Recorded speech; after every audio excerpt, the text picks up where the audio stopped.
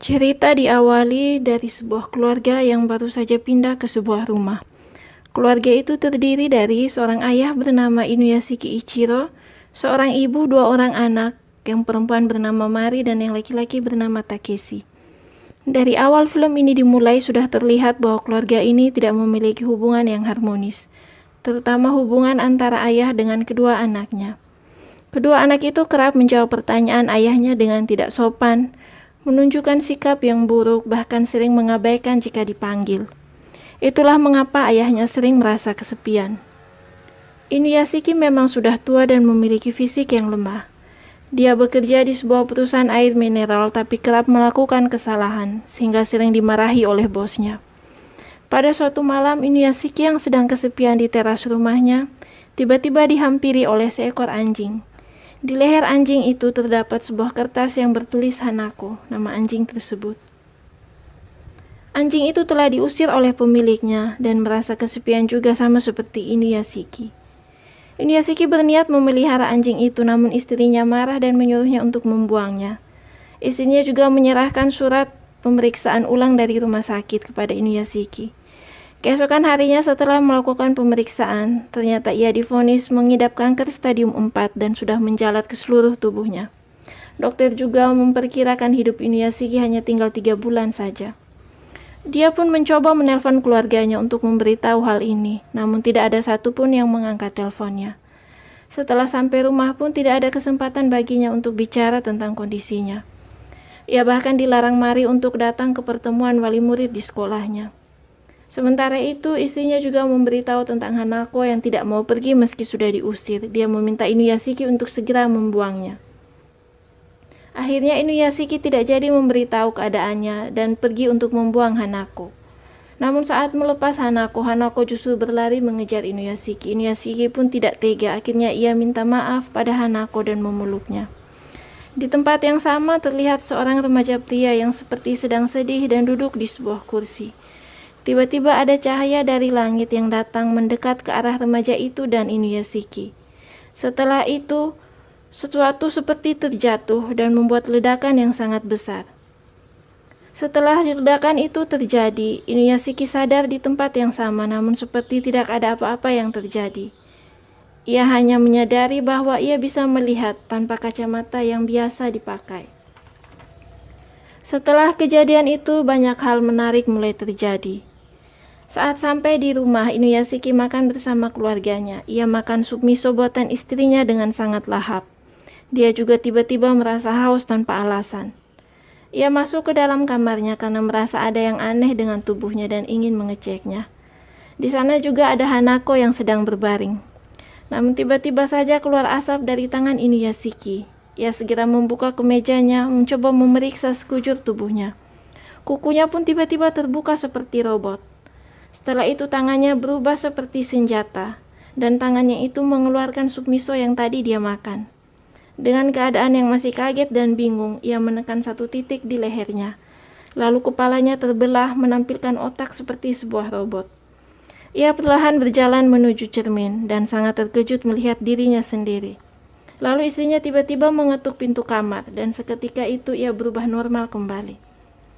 Di tempat lainnya menampilkan remaja yang juga terkena ledakan yang sama dengan Inuyashiki. Ia adalah Shishigami Hiro. Hiro memiliki sahabat bernama Ando. Setelah pulang sekolah, ia langsung berlari menemui Ando untuk menceritakan tentang kekuatan yang dimilikinya akibat ledakan itu. Ia membentuk tangannya layaknya seperti sebuah pistol dan menembak seekor burung. Setelah itu, Hiro juga menunjukkan kemampuannya yang lain, yaitu ia bisa dengan mudah menyalakan dan menggerakkan mobil hanya dengan ayunan tangannya. Hiro berkata bahwa ia bukan manusia melainkan superhero. Lalu ia memperlihatkan tubuh robot dengan senjata lengkap kepada Ando. Di sisi lain, Inuyashiki yang terus-menerus melakukan kesalahan di perusahaan akhirnya dipecat. Ia pulang dengan wajah yang tidak bersemangat. Dalam perjalanan pulang, ia melihat burung yang tergeletak terluka. Ia memegang burung itu dan dengan ajaib burung itu langsung sembuh.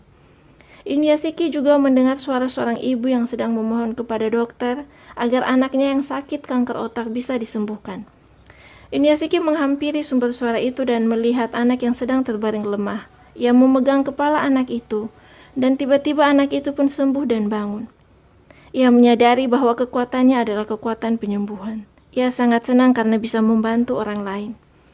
Situasi lalu menampilkan kelas di sebuah sekolah. Di dalam kelas itu terdapat Hiro, Ando, Mari, dan anak-anak yang lain. Saat di dalam kelas ada seorang siswa yang membuli dan meminta uang kepada Ando. Hiro pun marah dan langsung membantu Ando. Setelah kelas usai, Hiro dipanggil oleh seorang siswi bernama Watanabe Shion. Ia mengaku telah menyukai Hiro sejak lama, namun Hiro hanya bilang terima kasih dan langsung pergi. Hiro sendiri adalah anak dari orang tua yang telah bercerai.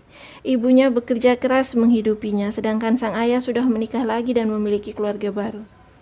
Pada malam itu, Hiro mengunjungi keluarga ayahnya karena diminta oleh ibunya. Di sana, Hiro sempat ingin membunuh ayahnya, tapi ia mengurungkan niatnya dan hanya menyampaikan salam dari ibunya. Saat di perjalanan pulang, Hiro masih bisa mendengar percakapan ayahnya yang dengan semangat sedang merencanakan liburan. Ia sangat marah dengan hal itu. Lalu berjalan tanpa arah menuju satu rumah yang tidak dikenal olehnya, dan langsung saja membunuh seorang ayah dan ibu dari keluarga itu. Anak gadis mereka yang melihat itu langsung berteriak minta tolong. Tak disangka teriakan anak itu didengar oleh Inuyashiki. Ia langsung berlari menuju arah suara dan setelah tiba di sana ternyata seluruh anggota keluarga itu sudah dibunuh oleh Hiro. Melihat kehadiran Inuyashiki, Hiro langsung menembaknya juga namun dia tidak terluka sama sekali. Inuyashiki bangun dan mengejar Hiro namun dia sudah terbang. Kabar terbunuhnya satu keluarga itu dengan cepat tersebar. Ando yang mengetahui kekuatan Hiro merasa curiga dengan sahabatnya. Alasannya adalah karena polisi tidak menemukan satu peluru pun di tubuh para korban. Saat sampai di rumah, Hiro diberitahu oleh ibunya untuk tinggal bersama keluarga ayahnya karena ibunya mengidap kanker. Tentu saja Hiro langsung menolak. Dia pun memeluk erat ibunya dan tanpa sadar, pelukan itu membunuh semua penyakit ibunya. Inuyashiki pun tiba di rumah dengan keadaan rumah yang sedang ribut. Istrinya baru saja ditipu. Mari pun tidak ingin kuliah dan Takeshi baru saja mencuri uang dari dompet ibunya. Mari lalu bertanya kepada ayahnya apakah ia bisa melindungi keluarganya. Inuyashiki merenungi perkataan Mari dan menyalahkan dirinya atas semua yang terjadi pada mereka. Saat tengah berpikir demikian, ia tidak sengaja mendengar doa Ando. Ando berdoa agar sahabatnya tidak membunuh orang lagi. Mendengar hal itu, Inuyashiki bertekad melindungi semua orang dari Hiro. Dia lalu terbang bersama Hanako untuk menemui Ando. Inuyashiki pun menceritakan hal yang terjadi kepadanya dan Hiro pada Ando. Ando lalu bertanya apakah ada kelemahan Hiro yang bisa digunakan untuk mengalahkan dia. Inuyashiki menjawab bahwa kelemahannya adalah submiso. Ia yakin bahwa Hiro juga memiliki kelemahan yang sama. Keesokan harinya, Ando memberitahu kepada Inuyashiki apa saja yang bisa dilakukan oleh Hiro dengan kekuatannya. Inuyashiki pun mencoba kekuatan menembak seperti Hiro, namun ia belum bisa melakukannya. Ando menyemangatinya dan memintanya untuk lebih yakin dengan apa yang dilakukannya. Di tempat lain, Hiro yang sedang bersama ibunya dicegat oleh polisi. Dia lantas berlari sambil menembak. Beberapa polisi mengejarnya, tapi ia lalu terbang dan kabur. Berita ini langsung menyebar luas dan ia langsung mencari buronan. Hiro pun hanya bisa mendengar berita tentang dirinya, ia tidak pergi menemui ibunya. Tanpa disengaja, Shion justru bertemu dengan Hiro di perjalanan pulang. Dia lalu mengajak Hiro ke rumahnya karena ia hanya tinggal dengan neneknya.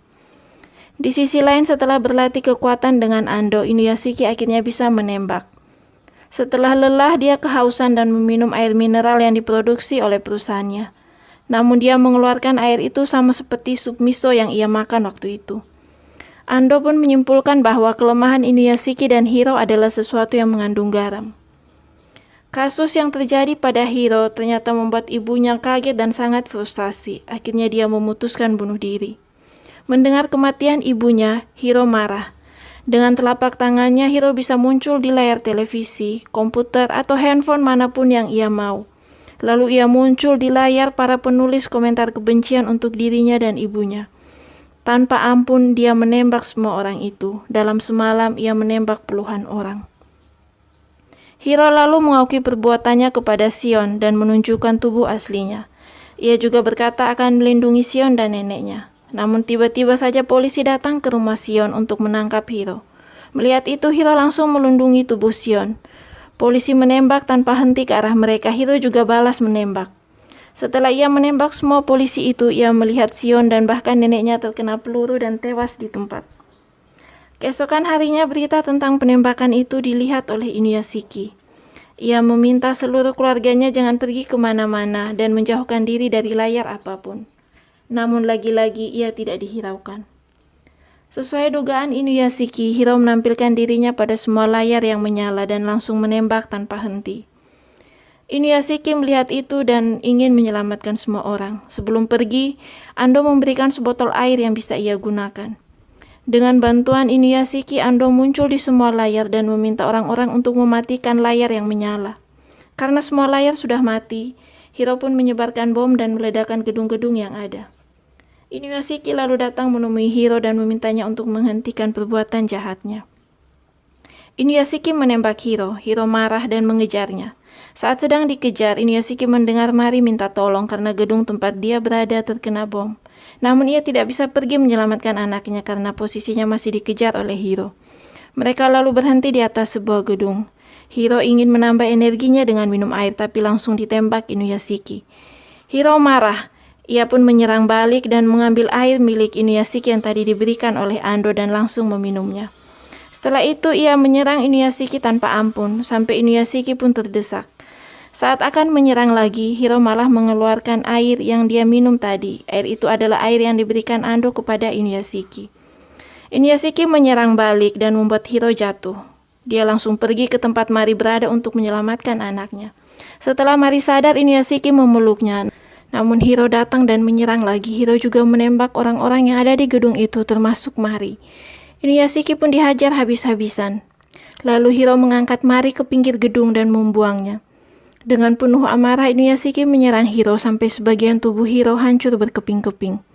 Inuyashiki pun langsung terbang dan menolong anaknya sebelum jatuh ke tanah. Inuyashiki memeluk Mari agar dapat menyembuhkannya. Setelah sepekan, pemerintah Jepang pun mengkonfirmasi kematian Hiro, walaupun jasadnya tidak ditemukan. Kasus ini pun akhirnya ditutup. Sampai pada di akhir cerita, hanya Mari dan Ando lah yang mengetahui tentang kekuatan Inuyashiki.